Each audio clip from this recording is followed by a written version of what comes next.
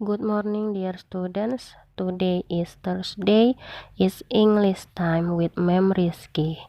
Today we will learn about narrative text. You can find it on page 132 in your English textbook.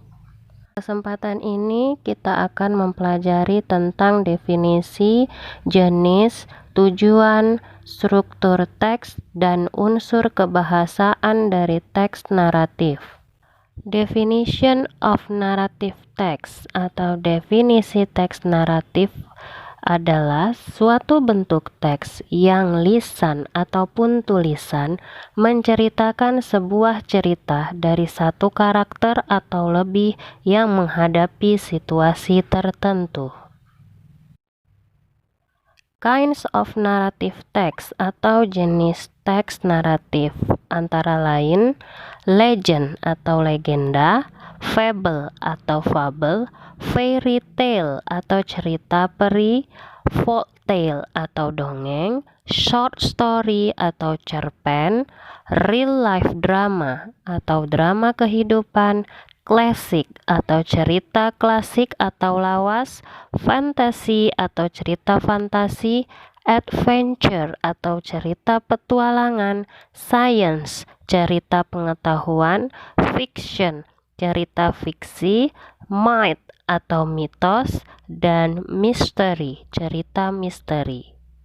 Purpose of narrative text atau tujuan dari teks naratif adalah untuk menghibur, to entertain the readers. Selain itu juga untuk menumbuhkan penghargaan terhadap nilai-nilai luhur yang terdapat di lingkungan masyarakat. Generic structure atau struktur teks meliputi 1. Orientation atau orientasi, yaitu meliputi bagian memperkenalkan tokoh, tempat, waktu terjadinya cerita. Yang kedua adalah evaluation atau evaluasi, meliputi mengenai tentang penilaian situasi dan kondisi terjadinya cerita. Yang ketiga complication atau komplikasi, yaitu masalah atau krisis yang terjadi pada tokoh utama dalam cerita. Yang keempat adalah resolution atau resolusi, meliputi mengenai masalah yang dihadapi oleh tokoh utama berakhir dengan baik atau tidak baik dan merupakan penutup dari cerita tersebut.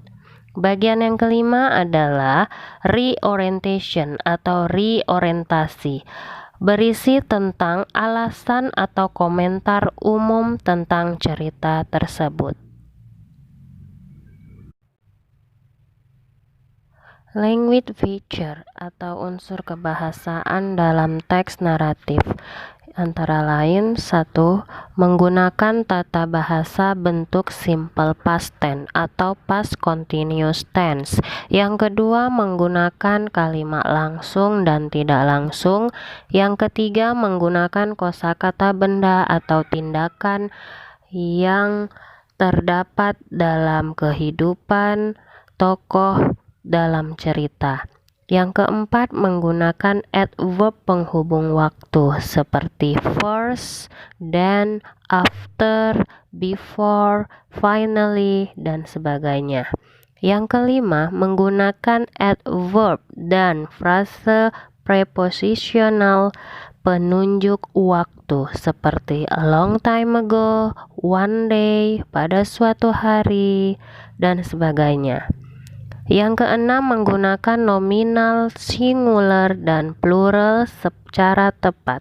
Yang ketujuh, menggunakan ucapan, tekanan, intonasi yang tepat. Dan yang kedelapan, menggunakan ejaan dan tanda baca yang sesuai. Dan yang terakhir, menggunakan tulisan tangan. That's all explanation of narrative text. I hope you can understand about it. Thank you so much and bye-bye.